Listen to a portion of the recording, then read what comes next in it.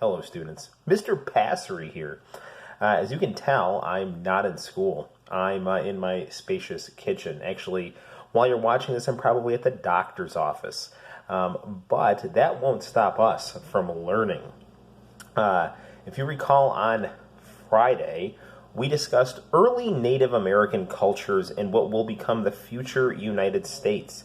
So we talked about the Hohokam, the Anasazi, and the mound builders. Those were the people that we talked about on Friday. And the big idea that I want you to get from Friday's lesson and today's lesson is that when people talk about who discovered America, we just celebrated Columbus Day, and I actually think Columbus Day is not a bad thing. I think that Christopher Columbus has a lot of positive and negative contributions to history, and we will talk about that more after this unit. But regardless of your opinion on Christopher Columbus, whether you think he's the guy who linked Europe, America, and Asia, or whether you think he was a genocidal monster, the fact of the matter is he was not the person to discover America, and neither was Leif Erikson and the Vikings, despite the fact that the Vikings did fantastic on Sunday, beating the Philadelphia Eagles. It's really nice to see Kirk Cousins, kind of get into a groove. You guys all in the classroom right now should learn a lesson from him. Don't get discouraged. Just stay focused, work with your peers, communicate with your peers, and success will follow. But only communicate with your peers during a group work time or with a raised hand, because you wouldn't want to have anarchy going on in class. That would be terrible, and I'd have to stick Mason in the ceiling on you guys. Anyway, enough of that. Regardless, the real early civilizations were Native American civilizations, and we talked about how the Hohokam had irrigation canals. They had sophisticated artwork.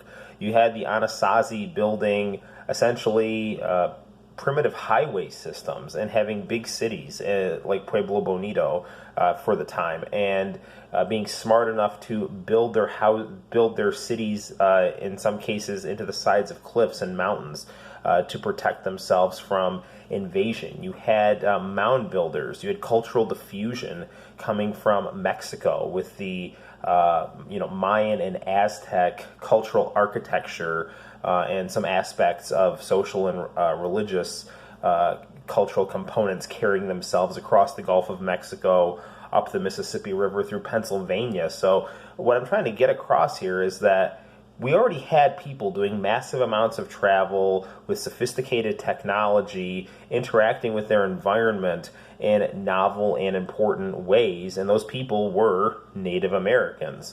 So just keep that in mind, because that's why we're studying this. Now, quick review, and I will put these notes up, and you can pause this video if you would like to get caught up on the notes from Friday. The Hohokam, let's not forget that they're from Arizona. And how did the Hohokam use their natural resources in geography? Well, don't forget, they were experts at not literally squeezing every bit of water from the earth, but they knew how to get water from the Gia and Salt River valleys by digging their irrigation channels to their fields where they grew things. And being in Arizona, they were able to make a lot of clay pottery with the earth and water.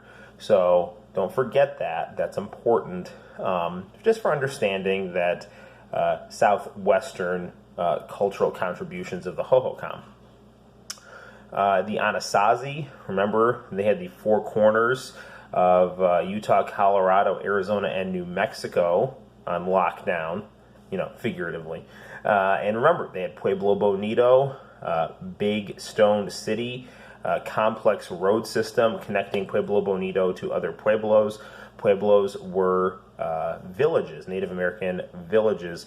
So the same way in upstate New York, the way that in central New York, we'll have 81 connect Cortland to Syracuse, you would have Pueblo Bonito being connected to other pueblos, and we in Cortland would go to Syracuse to go to the mall, and someone in Pueblo, whatever, would go to Pueblo Bonito for, I don't know, some good corn or something. I'm making stuff up now at this point, but you get the idea. Anyway, don't forget those cliff dwellings, easy for defense and protection from weather, so they're smart. That's particularly used in the Colorado area, and Mesa Verde is the biggest of those cliff dwellings. Fascinating stuff. Now, next up, we have some important points from this paragraph. Just don't forget, advanced cities out of stone and mountains keeps people connected and protected. So, good stuff. Now we have the exciting mound builders, right? So, these guys take Aztec and Mayan cultural architecture. So the Aztecs are in Mexico, the Mayans more in Central America, but a little bit in Mexico. And you cross the Gulf of Mexico and then go up through, Georgia, Mississippi, all the way up to Pennsylvania and Ohio, and you'll start to see these, like weird earth flat top pyramids that are, popping up all over the place, and these served religious, social, and burial significance. So they were used for a whole host of things, in addition for protection, too. Because, again, you got to remember, like, the higher you are up off the ground, the harder it is for the weather to get to you, and the harder it is for enemies to get to you. So these guys know what they're doing, essentially. We have this stereotype sometimes, not so much now, because people are pretty, politically correct and enlightened. But a big reason that this kind of stuff gets taught is for a long time there was this stereotype or a pre-assumption that Native Americans were kind of backwards, that they didn't have any cultural innovations, and in fact they did. They had good cultural innovations for what was available to them at the time, and they interacted with their environment in ways that were creative and worked well for them. So, important points from that paragraph. Mound pyramids spread across Mississippi, bringing the Mississippi from the Gulf of Mexico, bringing unique architecture and culture. So good stuff. So why don't I put the notes up right now from Friday? I'll give you guys and the teacher in the room a couple minutes just to have you guys double check those, and then we'll move on to the next thing, which will be the people of the North. Yeah. So, here we go. Let's get our notes out here.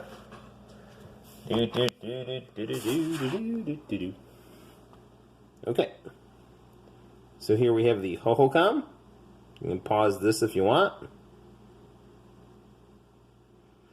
And here we have the Anasazi.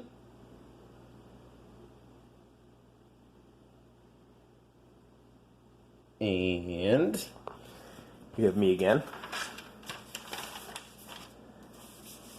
And now you're going to have the the mound builders. Oh, the biggest mound builder city is Cahokia. So don't forget that. So here we go.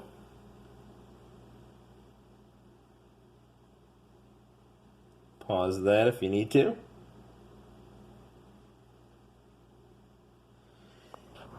Okay, and now we'll start talking about the people of the North, also known as the Inuit. These guys are your lovable Eskimos. At least that's what you think of, right? The igloos, the seal skins, all that kind of fun stuff. So, people of the North. We talked about the land bridge. So, we know that people crossed from Siberia into Alaska, okay? And the Inuit are believed to be the last native group to cross the land bridge. And we're talking, North American Arctic Ocean area. So, there's that. So how did this tribe use their natural resources and geography? Well, they built igloos. That's a thing, right? So they built, low to the ground ice houses that could actually be quite warm. So you're literally creating warmth out of ice. And if that's not innovative, I don't know what is. Right, Mario? Yes, you're right. See, come on. Like, if Mario agrees, this is gospel. Okay.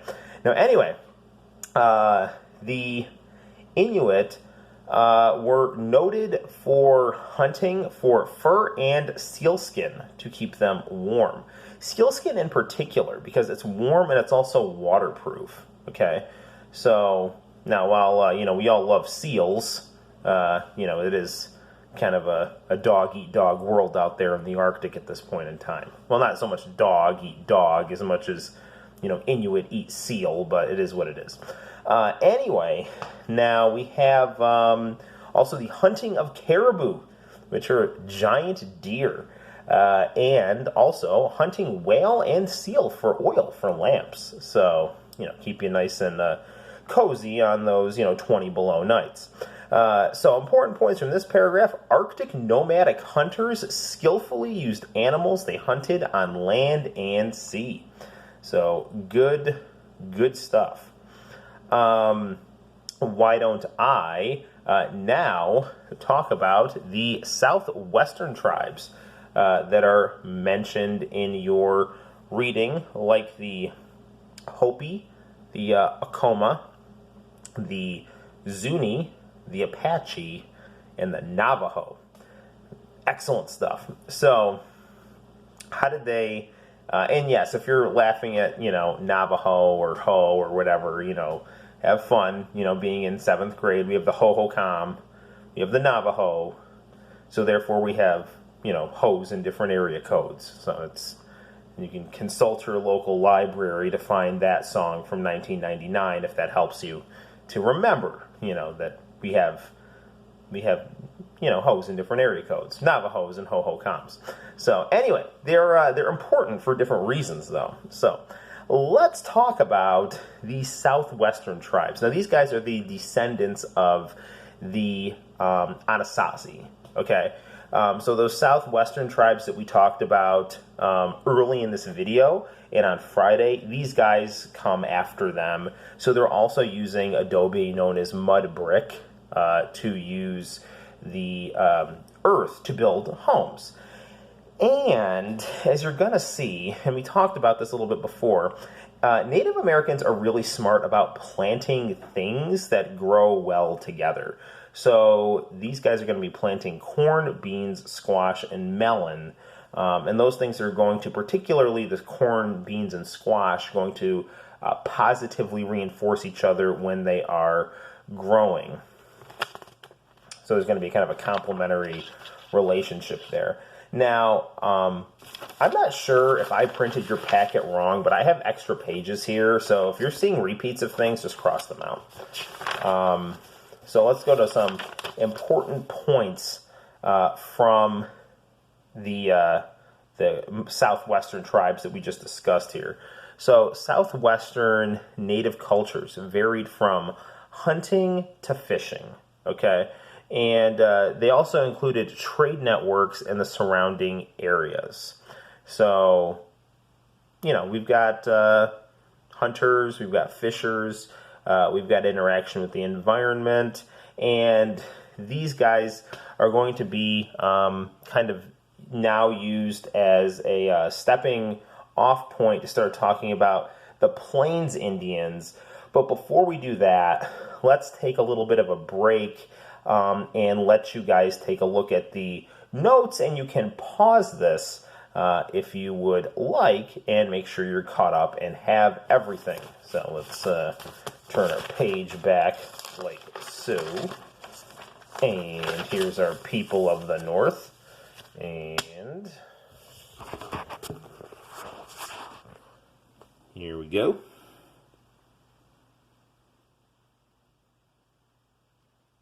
So pause that if you like. Make sure you get all that fun information. Sorry if the spacing is a little funky on this. I have no excuse. I made this last year. It was late at night, and I don't know. I just wasn't hitting the enter button enough. So, but, feel free to write in the margins if you're running out of room or have too much room. Sorry about that. So, next page. Let's take a look at some more contributions of the people of the North. So, good stuff. Exciting stuff. Don't believe me? Please believe me. So we can feel free to pause this. And we'll scroll down. And we'll have some people of the Southwest.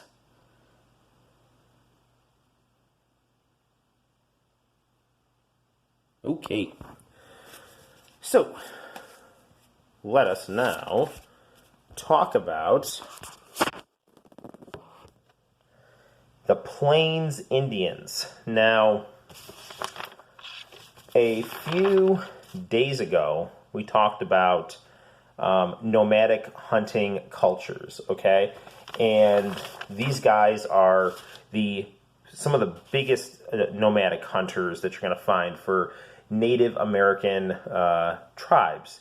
So the same way that when we study Native Americans crossing the land bridge, we're talking about Native Americans tracking mastodon and bison and mammoths, and then utilizing them for all their, living needs.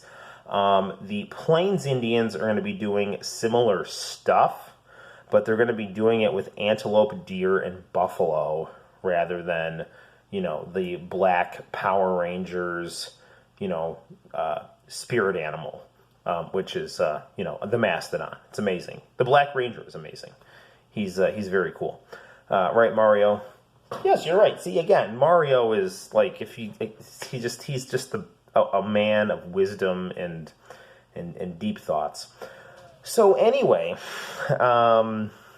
important points for the Plains Indians and how are they interacting with their environment, all that fun stuff. So the tribes being mentioned in your reading are the Comanche and the Dakota. So how did they interact with their resources? Well, keep in mind, guys, the nomads followed antelope, deer, and buffalo. They had an interesting division of labor between genders. Okay, so the men were hunters, the women were planters. So the women took care of, your corns, beans, and squash, and the men went out there and, beat up buffalo. So lots of fun and interesting stuff. Also fun and interesting stuff, they captured and tamed wild horses. They got away from the Spanish. So as we'll see, in about a couple of weeks, not even, when we start talking about European contact with native groups, the Europeans are going to start bringing animals over. That's going to include horses. And then that's going to be great for these hunter Indians because now they've got like a brand new sports car, except it's a horse instead of a sports car. So, it is what it is. Important points. Plains Indians used also teepees for their nomadic purposes, so animal skin houses, planting, and horses, and hunting to create a successful nomadic hunting culture. So, fun stuff. Now, we are rounding the finish line here. So, the people of the East, guys, this is us. This is the Syracuse area. So, what tribes are mentioned here in the people of the East? Well, we're going to go a little bit to the north of us, and then we are going to spend a good amount of time. I'm going to just adjust my camera a little bit here, talking about our area immediately, because our area is actually extremely historically significant. And after we get through some of this nuts and bolts type stuff, some background, I'm going to have you do kind of a deep dive on the Haudenosaunee, or as they're commonly known as the Iroquois, who are centered right in Syracuse, New York. So, what tribes are mentioned? Well, there's the Algonquin, who are rivals to the Iroquois, but then there are also the Iroquois, and the Iroquois are made up of these tribes: the Onondaga, which is right in the Syracuse area, the Seneca, the Mohawk, the Oneida, and the Cayuga. And then in 1715, way down the road, the Tuscarora are going to join the Iroquois Confederacy. Now, the Iroquois Confederacy is a sophisticated political alliance where these 5 tribes come together, and if you mess with one tribe, you mess with all the tribes. And these tribes don't make decisions without each other agreeing on the decisions. Now, obviously, there's not 100% micromanagement of things, so there are things individual to the tribes themselves that they handle, but major decisions are handled in the council. You'll notice this is kind of a system of federalism, and we're going to talk about that once we get to the United States early history, when we start talking about the Constitution, because that federalist system of big things everyone's going to agree on and will work as a unit, and then the smaller things you and your individual group can handle, is essentially the system the United States has, and it's also essentially the system that the Iroquois Confederation had. And the Iroquois Confederation, not falsely, is attributed with being really the strongest political force in the Northeast, and one of the strongest political forces of its time. So it's important. Now, the other interesting thing about the Iroquois is women held a lot of political power. Again, like with the Plains Indians, there was a kind of a gendered division of labor. So, on the one hand, you had men going out and hunting and being soldiers, excuse me, and then on the other hand, in this case, the women weren't just planting, they were a lot of the big political decision makers. What you had in the Iroquois was you had different clans, and your clan had a mother, and then your mother would basically choose men to be on political committees, and then those men would act as soldiers and also make decisions as far as, are you going to go to war or not. So women really were kind of the people, not only the people behind the power, they were people with a lot of power. And sometimes we don't think of that. We always tend to think in terms of, patriarchal oppression or something like that. But the Iroquois Haudenosaunee were quite even-minded or equal-minded when it came to men and women. And how did they interact with their environment? In your textbook reading itself, it doesn't talk specifically about the longhouse, which we're going to get into later. But if you look at some of the diagrams on page 2021, you will see a picture of a longhouse. So if my classroom had windows, you could look out the window and see trees, but the classroom doesn't have windows. It's just got mason in the ceiling. But anyway, there are trees outside. We all know this. So, like what I said, where you live affects how you live. So, obviously, you got a lot of timber in upstate New York. So, you can build really long log cabins, which will then serve as centers for social and political life. So, really, I'm sure you've studied the Longhouse in 5th grade, and we're going to talk more in depth about the Longhouse, where political meetings were held. Families upon families upon families lived in these very long wooden houses, and they offered protection from the elements and a real center of life for the Iroquois, or Haudenosaunee, which is their preferred name. Now, the Iroquois, important points, had a powerful political alliance amongst themselves, making them the most dominant power in the Northeast, and women held significant power within the Iroquois. I'm going to do one more, and then I'm going to put the notes up for you to copy. And here we go. So, really briefly, at the end of your reading, it talks about the Creek, the Cherokee, and the Chickasaw. So we're talking about the important southeastern tribes. So the Creek, the Chickasaw, and the Cherokee. And these groups were known for being farmers, and they farmed things like corn, squash, and tobacco. These groups are going to be your forerunners of the American South, okay? So in fact, once we start getting the United States going and we start building up that Southern culture, including, unfortunately, slavery, these natives are going to get in on all of that. So they're going to be planting things like tobacco, and then they're going to be, well, first of all, Indians already have slavery, but it's a different different model of slavery than what the United States is going to have. But once the United States gets that model, people like the Chickasaw and the Choctaw, they're going to get in on that. But we're getting a little bit ahead of ourselves. But I just want you to keep that in mind. So important southeastern tribes that are mentioned in your book: Creek, Chickasaw, and Cherokee, grew crops, corn, squash, tobacco, noted farmers, and they're, unfortunately, once Andrew Jackson comes along, going to be facing some profound hardships.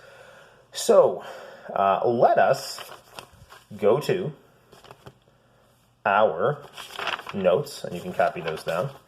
So I believe we left off on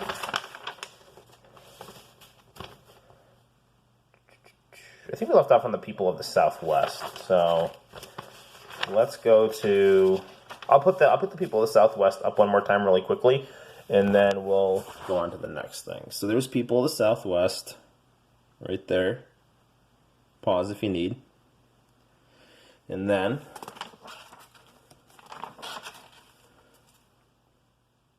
we have some more important points.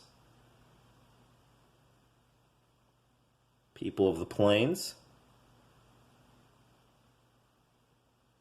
So pause if you need.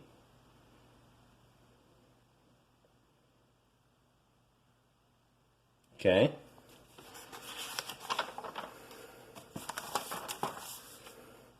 People of the East, also known as the Haudenosaunee Iroquois.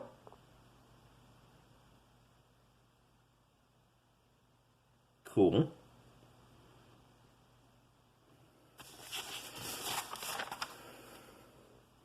More fun notes.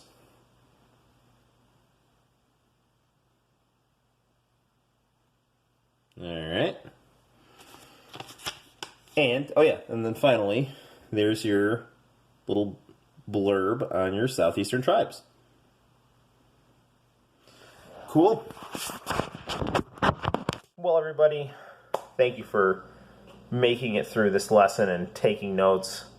Feel free to use the rest of class time to quietly contemplate what you've learned while you watch a 90s episode of X-Men. So I think we really should put that Weapon X episode on, where the X-Men use latitude and longitude to find Wolverine, who has gone berserk. And he finds his Native American girlfriend in Canada, where the Indians crossed the land bridge and, eventually used that as a stepping stone to populate North and South America. And there you go. So you see how educational X-Men and the 1990s can be. It's fantastic stuff. Okay, guys, so I will see you, either tomorrow or later on today, depending on how things work out. And you take care and behave yourselves. Bye-bye.